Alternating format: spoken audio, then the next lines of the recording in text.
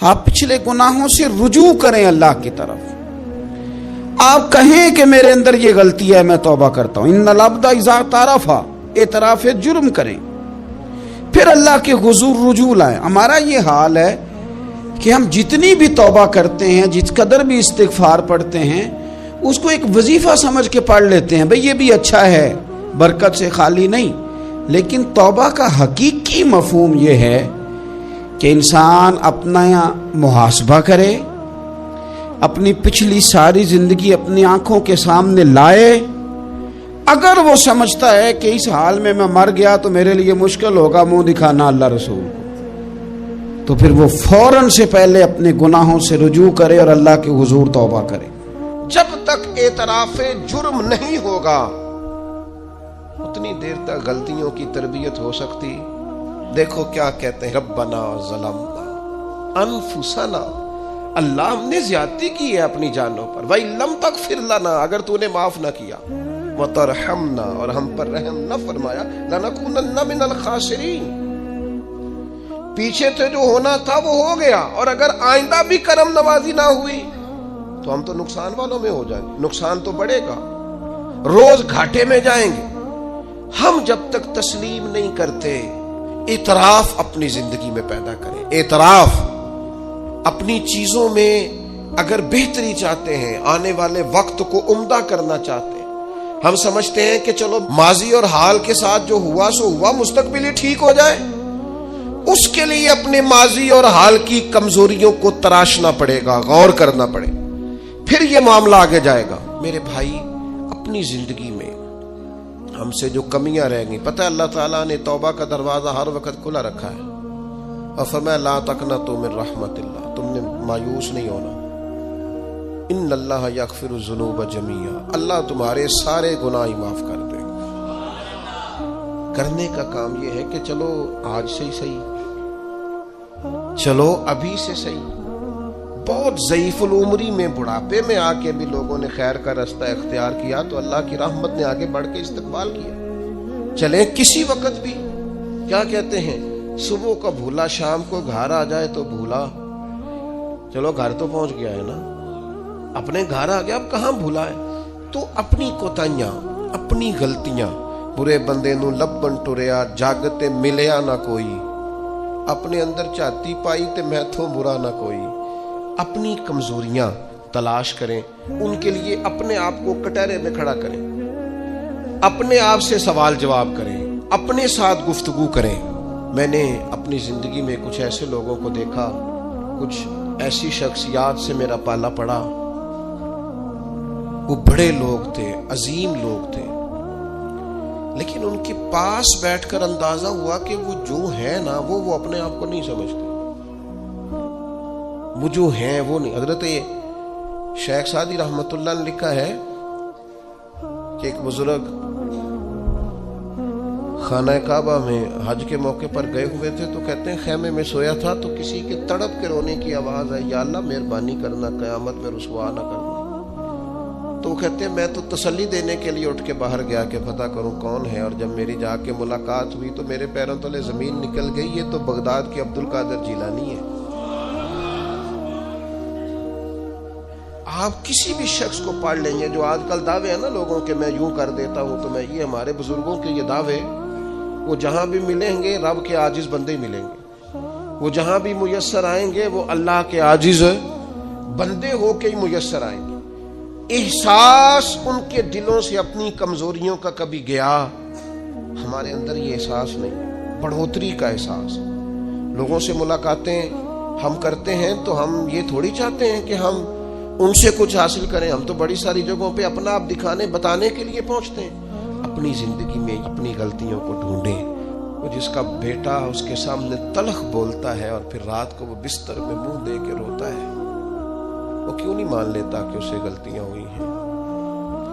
وہ ایک دفعہ اپنے بستر میں منہ دے کے یہ کیوں نہیں سوچتا کہ کبھی اس کے ابا جی بھی کہا کرتے تھے بیٹا میں تیری طرف سے تکلیف میں ہوں؟ کیوں نہیں تسلیم کرنے کو تیار کہ میں اسے کسی کے سپرد کر کے نا، تو چچا کے ساتھ اسکول چلا جا اور میں دوستوں کے ساتھ کھانے کھانے چلا گیا تھا، میں نے اپنے بچوں کو وقت ہی نہیں دیا۔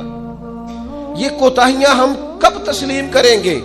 چھوٹا آدمی ہوں، اور کمزور ہوں، کوئی ایسی بات نہیں کرنا چاہتا، لیکن میرا دل کرتا ہے ادب سے عرض کروں کہ دین کے دعوے کرنے والوں تم سے غلطیاں ہوئی ہیں، منبر و محراب کے وارثوں تم سے کوتاہیاں ہوئی ہیں، مسند ارشاد پر بیٹھ کر پیری مریدی اور اچھے اسباق پڑھانے والوں تم سے خطائیں ہو گئی ہیں۔ تم نے قوم کو جس تعویذ گنڈے پہ لگایا تھا، تم نے قوم کو جو چیزیں خود سے سکھائی تھیں، تم نے کیوں نہیں بتایا کہ ہم تو ناقل ہیں، اللہ کے عاجز بندے ہیں، قرآن و سنت پڑھیں گے اور تمہیں سنا دیا کریں گے، ہم تو صرف ناقل ہیں، یہاں سے نقل کر کے تم تک پہنچانے والے، ہم تو تمہیں خیر بتائیں گے، اللہ کی بارگاہ کا رستہ دکھائیں، تم نے کیوں نہیں اس کو سمجھا؟ ہم اپنی کوتاہیاں کب قبول کریں گے؟ ساری غلطیاں سیاستدانوں کی تو نہیں ہوتی۔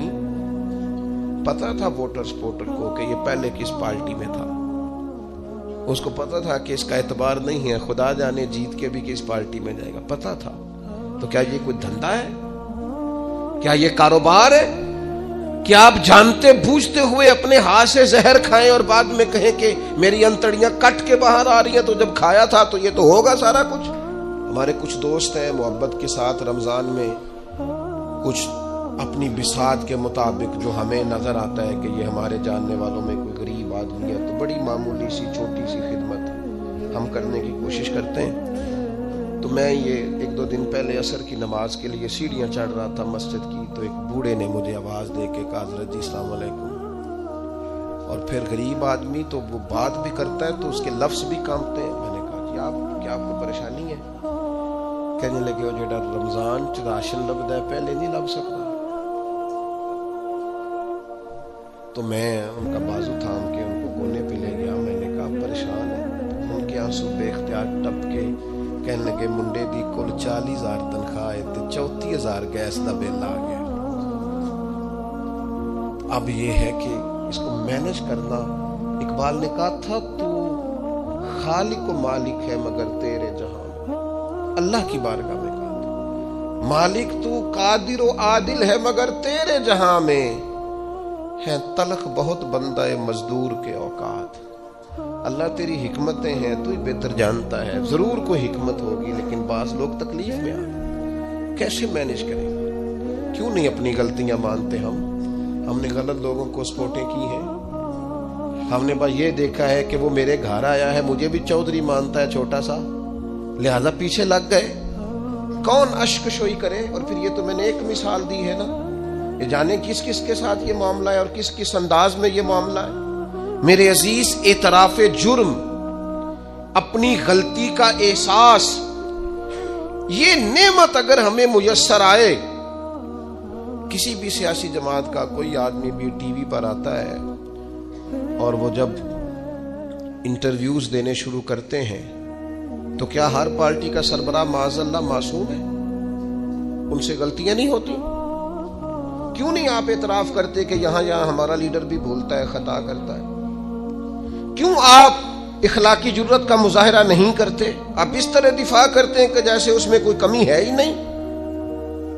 ہمارے اسا فرمایا کرتے تھے خدا بننے کا شوق نہ پیدا کرو، انسان رہو، رب نے تمہیں انسان بنایا، وہ تمہیں انسان دیکھنا ہی پسند فرماتا ہے۔ یہ کیا تم نے دعوے شروع کر دیے غلطی کوئی نہیں ہوتی؟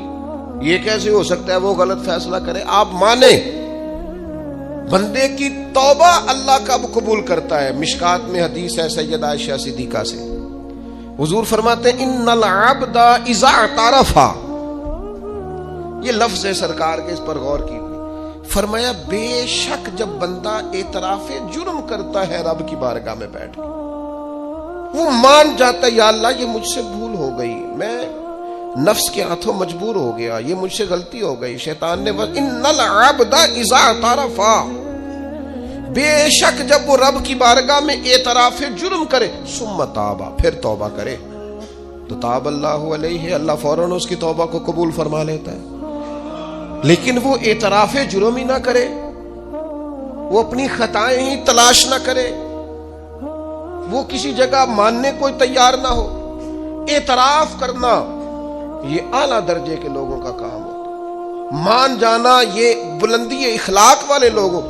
ہم سے کوتاہیاں ہو گئی، میں آپ کی خدمت میں ادب سے عرض کروں گا، زندگی میں بہت ساری چیزوں سے پرہیز بڑا ہی ضروری ہے، اس لیے اپنی ذات کے طواف سے پرہیز بھی بڑا ہی ضروری ہے۔ اپنی ذات میں الجھ کے زندگی نہیں گزارنی، میں سمجھدار ہوں، میں بڑا سمارٹ ہوں، اور دیکھو میری تدبیر سے میرا نظام بڑا اچھا چل رہا ہے، میری حکمتیں بڑی کامیاب جا رہی ہیں، دیکھو میں نے جو سوچا تھا اس کے مطابق منصوبہ بندی ٹھیک ہے، میں کئی لوگوں پر سبقت لے جا چکا ہوں، میں آگے بڑھ چکا ہوں۔ یہ ذات کا طواف ہے۔ اپنی ذات کے طواف سے نیچے اتر کر سوچ لیں اور دو چیزیں اپنے ذہن میں بٹھا لیں، طے کر لیں، زندگی روحانیت کی طرف بڑھنے لگی۔ ایک یہ چیز اپنی ذہن میں بٹھا لیں کہ میرے اندر زندگی میں جو کمیاں کمزوریاں رہ گئیں وہ میری وجہ سے ہیں، اور اگر کوئی خیر ملی ہے تو وہ محض اللہ کے فضل کی وجہ سے ہے، میری طاقت کے سبب کچھ نہیں ہے، محض فضل الہی۔ یہ دو چیزیں جب بندے میں پیدا ہوتی ہیں تو اس کی روحانیت مضبوط ہوتی ہے، ورنہ تو اپنی ذات کے چنگل سے لوگ آزاد ہی نہیں ہوتے۔ اعتراف حضرت ماعز بن مالک رضی اللہ تعالیٰ عنہ نے آ کے عرض کی، حضور بہت بڑا جرم ہو گیا۔ نبی کریم نے توجہ ہی نہیں کی، پھر عرض کی حضور بھول گیا تھا۔ سرکار نے رخ پھیر لیا، پھر عرض کی حضور بھول گیا تھا۔ کریم فرمانے لگے کیسی ذہنی الجھاؤ کی بات کرتا ہے؟ پھر فرمایا دیکھو محسوس کرو، ہوش میں تو ہے؟ عرض کی حضور مہربانی کرتے، یہ جو احساس ندامت ہے سونے نہیں دیتا، کرم نوازی کرے۔ یعنی ایک شخصیت حاضر بارگاہ ہوئی ہے، عرض کی حضور جرم ہو گیا بہت بڑا، سرکار نے توجہ ہٹائی، پھر عرض کی حضور بھول گیا تھا، خطا ہو گئی، پھر توجہ ہٹائی۔ عرض کی حضور اگر میرے لیے طہارت کا سامان نہ کیا گیا تو میں بہت بڑے نقصان میں چلا جاؤں گا، کرم نوازی کر دی جائے۔ فرمایا دیکھو لوگو ہوش میں تو ہے؟ یا رسول اللہ بالکل ہوش میں ہے۔ نبی کریم علیہ الصلوۃ والسلام نے فرمایا لے جاؤ سنسار کرو۔ پتھر مارے گئے، سنسار کیا گیا،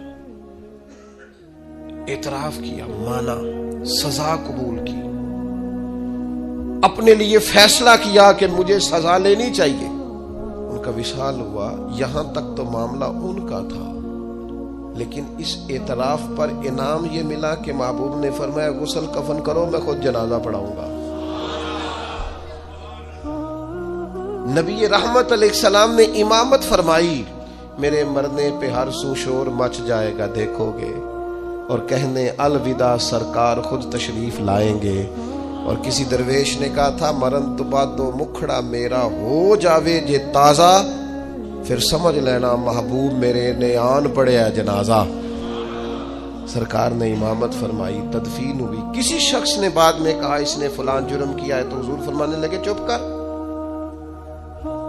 تجھے پتہ ہے وہ کہاں ہے اس وقت؟ یا رسول اللہ کہاں ہے؟ فرمایا جنت کی نہروں میں غوطے لگا رہے ہیں۔ اور حضور فرمانے لگے اس بندے نے ایسی اعلیٰ توبہ کی ہے کہ اگر میں اپنی ساری امت میں اس کی توبہ ساری امت میں، فرمایا اس کی توبہ اگر قیامت تک آنے والے سارے امتیوں میں بانٹ دوں تو اللہ سب کی بخشش فرما دے گا، سب بخشے جائیں گے اس ایک کی توبہ کی برکت۔ کیوں؟ ہاتھ باندھ کے عرض کی حضور مہربانی کریں، میرے سے یہ غلطی ہو گئی ہے، شفقت کریں، مہربانی فرمائیں۔ دوستو اپنی زندگی میں اعتراف والا مزاج تو پیدا کرو یار۔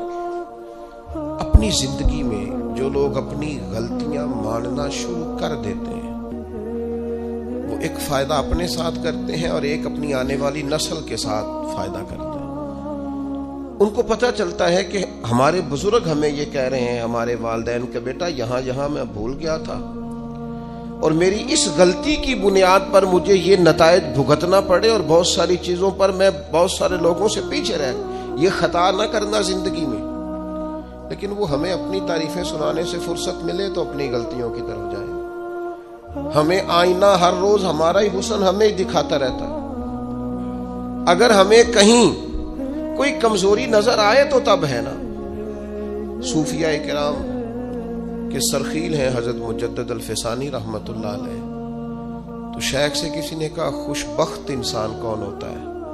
تو مجدد صاحب فرمانے لگے جسے اپنی غلطیاں نظر آنی شروع ہو جائیں، خوش بخت ہے وہ آدمی جس کو اپنے گریبان میں منہ ڈالنے کا شوق پیدا ہو، خیال آئے تو اس کی تربیت شروع ہو جاتی۔ لیکن جو ہر بات، میں ایک چھوٹی سی بات آپ کی خدمت میں عرض کروں، میں آپ اس سے اختلاف کر سکتے ہیں، میرا تجربہ یہ ہے، میں نے تعلیمی زندگی گزاری ہے، میرا تجربہ یہ ہے کہ جو نہیں نہ پڑھا اپنی وجہ سے نہیں پڑھا، کہے بعد میں وہ کہ جو خاندانی مسائل بڑے تھے، مجبوریاں بڑی تھی گھر کی، کہے جو جس نے کہنا ہے کہے، پر میں یہ بات ماننے کو تیار نہیں ہوں، اس لیے کہ میں نے اپنی زندگی میں دیکھا جنہوں نے پڑھنا تھا نا وہ پارٹ ٹائم جاب بھی کرتے تھے اور پڑھائی بھی کرتے تھے۔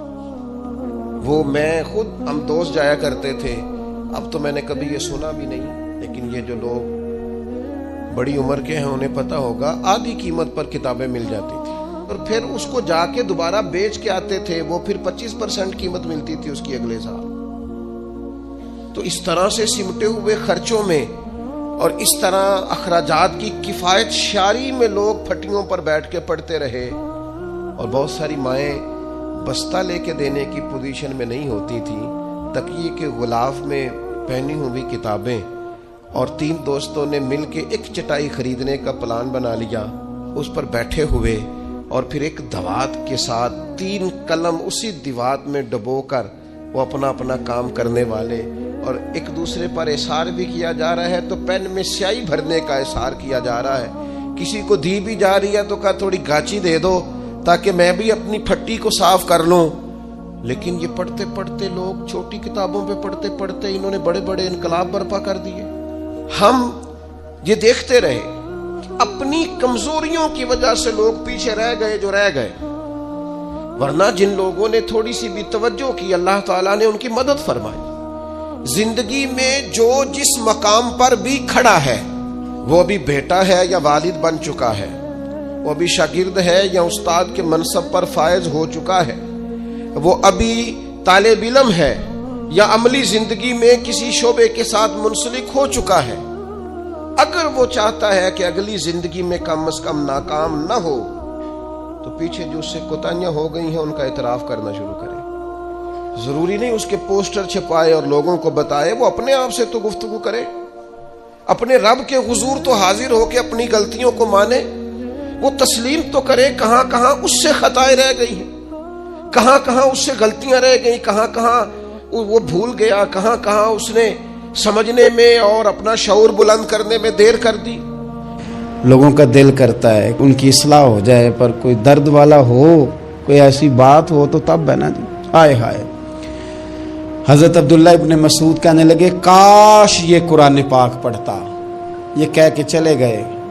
باہر وہ نکلا نا، جب سارے لوگ باہر نکلے اس معاذ اللہ بری مجلس سے، تو چیم گوئیاں ہو رہی تھی کہ آج تو یہاں حضرت عبداللہ ابن مسعود بھی آئے تھے۔ تو زازان سے کسی نے کہا کہ آج نا حضرت عبداللہ ابن مسعود نے تیری آواز سنی، تیری آواز، تو وہ کہہ رہے تھے کاش اتنی سونی آواز سے قرآن پڑھتا تو مزہ آتا، کاش۔ وہ کہنے لگا نبی پاک کے صحابی نے میرا نام لیا ہے، گویا ہو کے میرا ذکر کیا ہے، حضرت عبداللہ ابن مسعود نے میرا نام لے کے کہا کہ کاش میں قرآن پڑھتا، اور میرے لیے کہا مصطفیٰ کے صحابی نے، حضور سے قرآن سیکھنے والے کی خواہش ہے کہ میں قرآن پڑھوں۔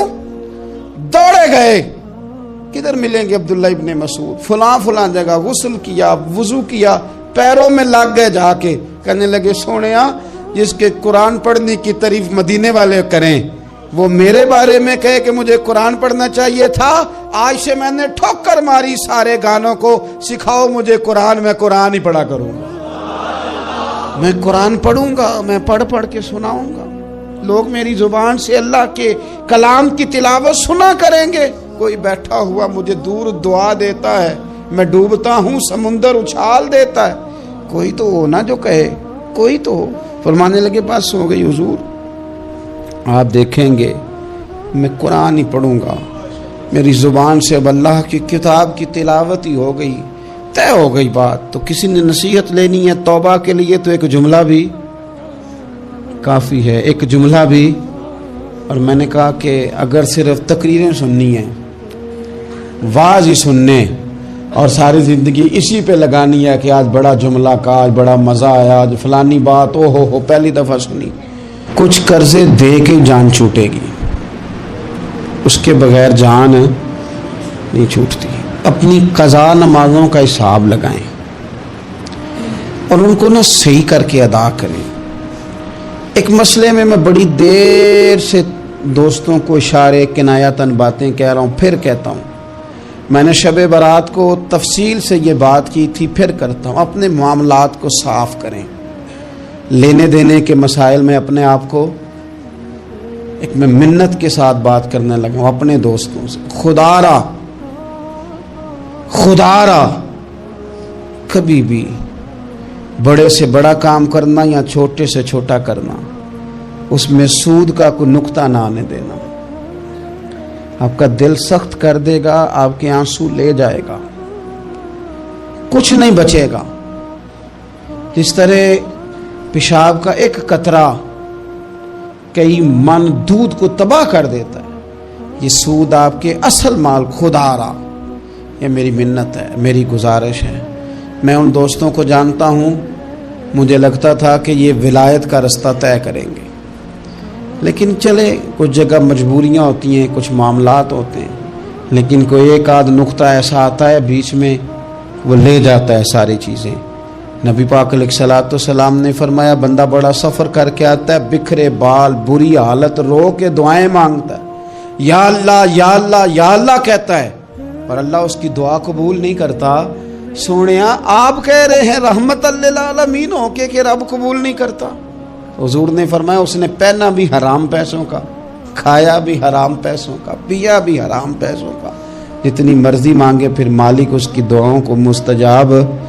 ہمارا ایک تو ہے اپنا عمل، ایک ہے توبہ، ایک بات کی اعمال۔ ہم نے ایک آخری بات یہ آپ سے کرنی ہے کہ ہمارے ذمے جس طرح ہمارے بچوں کی ڈیوٹی ہے نا، بیوی کا نان نفقہ خامد کے ذمے ہوتا ہے، ماں باپ بوڑھے ہوں تو ان کی ڈیوٹی اولاد کے ذمے، اسی طرح قیامت تک نبی کوئی نہیں آئے گا، دین کی جو ڈیوٹی ہے وہ نبی پاک کی امت نے ادا کر دی۔ اور اللہ کیا فرماتے ہیں قرآن مجید کی سورہ محمد صلی اللہ تعالی علیہ وسلم، اللہ فرماتے ہیں، یا ایھا الذین آمنوا ان تنصروا اللہ ینصرکم، اے ایمان والو اگر تم اللہ کے دین کی مدد کرو گے تو اللہ تمہاری مدد کرے گا، وَيُثَبِّتْ أَقْدَامَكُمْ، اور اللہ تمہارے قدموں کو جما دے گا، یعنی تمہیں مضبوط کر دے گا، تم مضبوط سے مضبوط ہوتے جاؤ گے۔ شرط کیا ہے؟ ان تنصر اللہ، اگر تم اللہ کے دین کی مدد کرو۔ اپنے مزاجوں میں نا اللہ کے دین کی مدد کا ذوق پیدا کریں۔ وَالَّذِي أَرْسَلَ رَسُولَهُ بِالْهُدَىٰ وَدِينِ الْحَقِّ لِيُظْهِرَهُ عَلَى الدِّينِ كُلِّهِ، میں پوری دنیا کے مسلمان حکمرانوں کو یہ بتانا چاہتا ہوں کہ یہ جو میرے نبی پاک کا دین ہے نا، یہ دبنے نہیں آیا، یہ غالب ہونے کے لیے آیا ہے۔ اور اسلام کی فطرت میں قدرت نے لچک دی ہے، اتنا ہی یہ ابھرے گا جتنا کہ دبا دو گے۔ کیا سمجھتے ہیں اسرائیل کے گنڈے کہ وہ مسجد اقصیٰ میں نمازیوں کو تنگ کر کے تو وہ کہیں گے کہ ہمیں پوچھنے والا کوئی نہیں؟ اسلام کی فطرت میں قدرت نے لچک دی ہے، اتنا ہی یہ ابھرے گا جتنا کہ دبا دو گے۔ بانجھ نہ سمجھا جائے اس امت کو، بس یہ جو مسلمان حکمران ہیں یہ اتنی بات سمجھ لیں کہ تم جب ان یہودیوں سے کافروں سے معاہدے کرتے ہو تو تمہیں تو کچھ خیال نہیں آتا، تم تو صرف دنیا داری دیکھ کے چلتے ہو۔ کاش بال بچہ دیکھتے ہوئے، مال دیکھتے ہوئے، ملک اور زمین دیکھتے ہوئے تم ایک دفعہ اللہ کا دین بھی دیکھو۔ یہ تمہاری ذمہ داری ہے، یہ نبی پاک نے ڈیوٹی لگائی ہے۔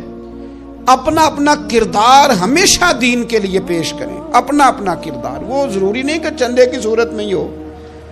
آپ کسی بے نمازی کو نماز کا مشورہ دیں، آپ نے دین کی خدمت کی۔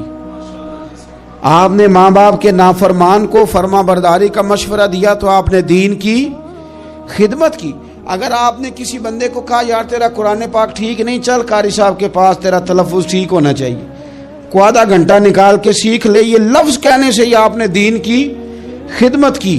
میرے نبی پاک صلی اللہ تعالی علیہ وسلم نے فرمایا ایک جملہ بول کے جو دین کی دعوت دے گا، ایک ایک جملے پہ اللہ 1,000 سال کی عبادت کا ثواب دے گا۔ رب بڑا مہربان ہے، بڑا ہی کریم ہے۔ وہ تو کسی بندے کی اونٹنی اگر کبھی گم ہو جائے صحرا میں، اور اس طرح گم ہو کہ پیسے بھی اونٹنی پہ ہو، کھانا بھی اونٹنی پہ ہو، کپڑے بھی اونٹنی پہ ہوں، علاقہ بھی صحرا کا ہو، اور اس نے کسی ٹہنی کے ساتھ باندھی ہو، پھر وہ سو جائے، سو کے اٹھے تو اونٹنی غائب ہو۔ اب وہ اتنا پریشان ہو کہ آگے پیچھے دائیں بائیں دیکھا تو پتہ چلا کہ اونٹنی تو غائب ہو گئی، نہ کھانا ہے، نہ پیسے ہیں، نہ کپڑے، نہ سواری ہے، علاقہ صحرا کا ہے، پیدل جا بھی نہیں سکتا۔ تو فرمایا جس طرح وہ بیٹھ کر موت کا انتظار کرنے لگتا ہے، اور وہ منتظر تھا کہ اب موت ہی آئے گی، اب کوئی اور سہارا نہیں، فرمایا اچانک اگر اونٹنی سامنے آ جائے تو اسے کتنی خوشی ہوگی؟ یا رسول اللہ اسے تو بڑی خوشی ہوگی۔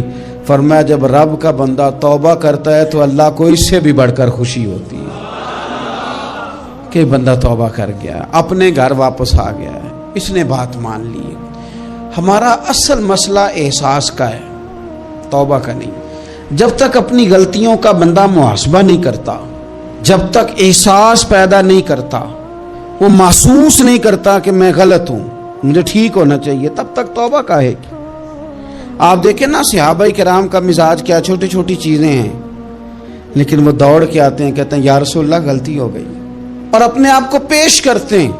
ایک خاتون نے آ کے پیش نہیں کیا کہ یا رسول اللہ میرے پیٹ میں ناجائز بچہ ہے، مجھے پاک کر دیں، کوئی پکڑ کے نہیں لایا، کسی نے آ کے اسے گرفتار نہیں کیا، مقدمہ نہیں کرایا، پرچہ نہیں درج کرایا، 14 دن کے ریمانڈ کے بعد نہیں مانی، خود آئی اور آ کے کہا حضور میرے سے غلطی ہو گئی ہے، مجھے معاف کر دیں۔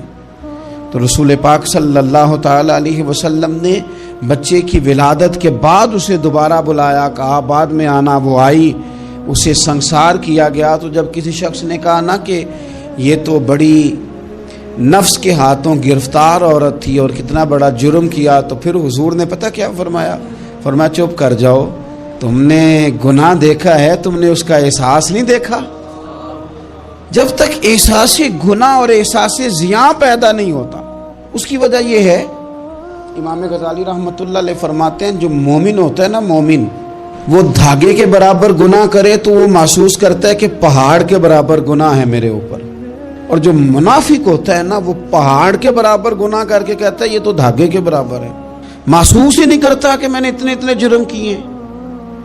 وہ تسلیم کرنے کو تیار نہیں ہوتا، جب تک تسلیم نہیں کرتا تب تک توبہ کا کوئی معنی سمجھ میں نہیں آتا۔ اور توبہ کریں تو پھر توبہ نہ، اور بھائی جس نے ماننا ہوتا ہے وہ تو اشارے سے بھی مان جاتا ہے، اور جنہوں نے نہیں ماننا نا، میں کئی دفعہ کہتا ہوں یہ میرا جو دور ہے یہ سیانے لوگوں کا دور ہے، سمجھدار زیادہ ہیں، اور سمجھدار بھی اس طرح کے سمجھدار نہیں جس طرح کا معاملہ فہم سمجھدار ہوتا ہے، سمجھدار چالاک قسم کے، اپنے حق میں سمجھدار اور اپنے ذہن کے مطابق فیصلہ کرنے والے لوگ۔ پھر ہم بہت ساری جگہوں پہ ٹامک ٹونیاں کھاتے ہیں، جس نے ماننا ہے اس نے اشارے سے بھی مان جانا ہے، اور جس نے نہیں ماننا اس نے کہنا مجھے 24 سال ہو گئے فلانی جگہ جمعہ پڑھتے اور میں ماننے کو تیار نہیں ہوا، نہیں نہ ماننا تو مجھے 20 سال ہو گئے فلانی جگہ جاتے آتے، بس نہیں ماننا تو پھر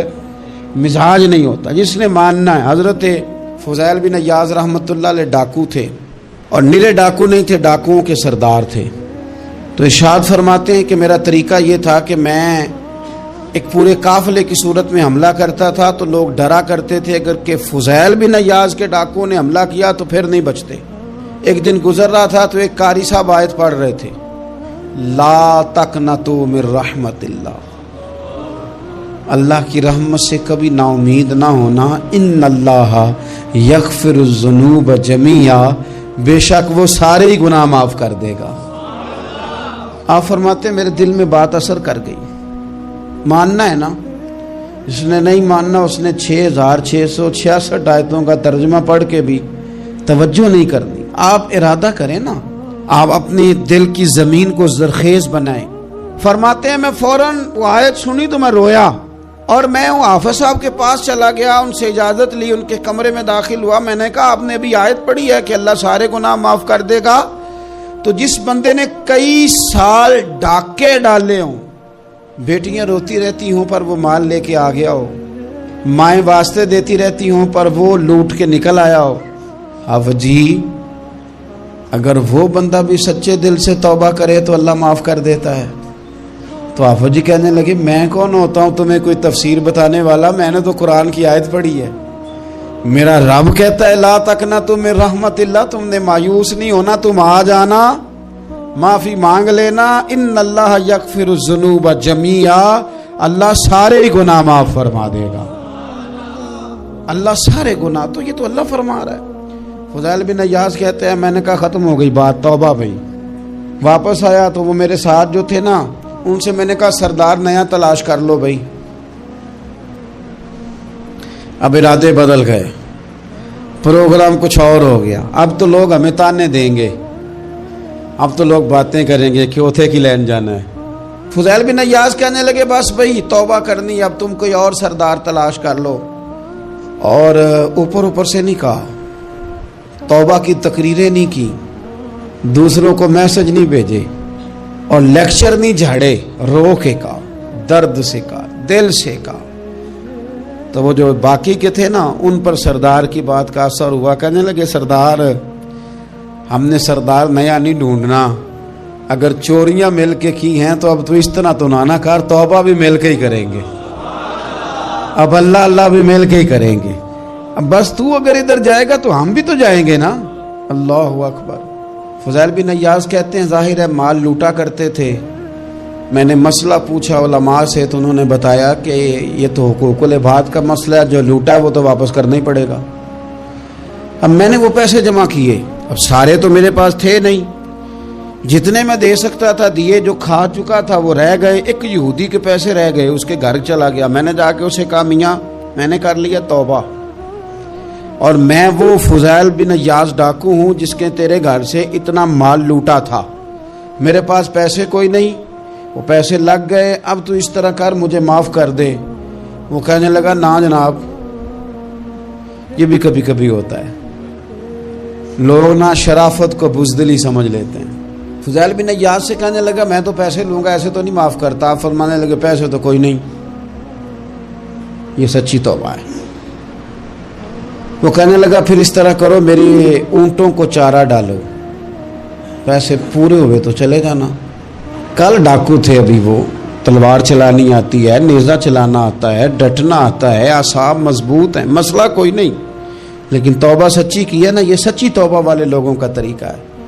اس سے کہہ سکتے تھے کہ جا آج تو لب دینی لے لے، تجھے کہا معاف کر دے، تو تیار ہی نہیں ماننے کو.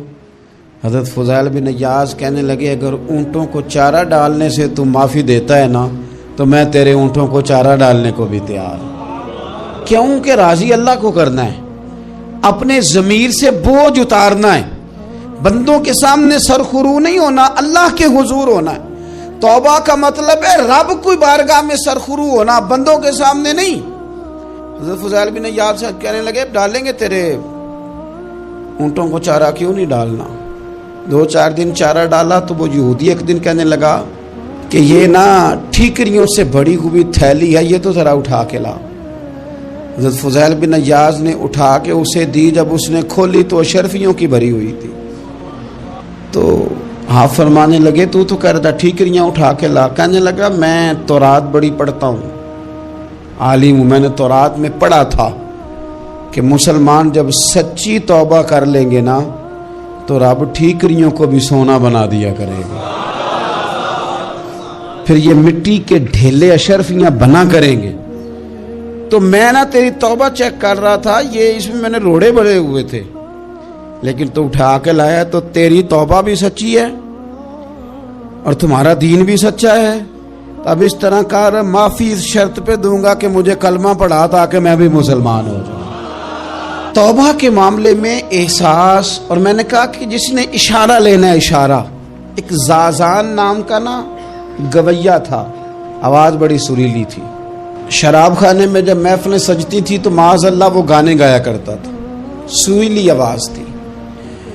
حضرت عبداللہ ابن مسعود حضور کے صحابی،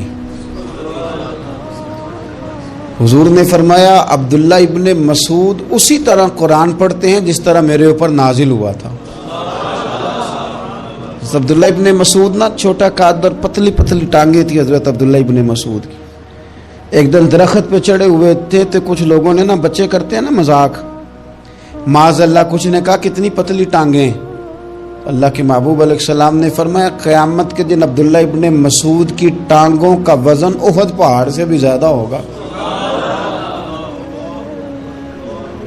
زبردست صحابی ہے۔ اور حضور نے فرمایا میں نے جس کو گورنر بنایا، کسی جگہ امیر بنایا، مشورہ کر کے بنایا، اگر میں کسی کو بغیر مشورے کے امیر بناتا تو عبداللہ ابن مسعود کو بناتا۔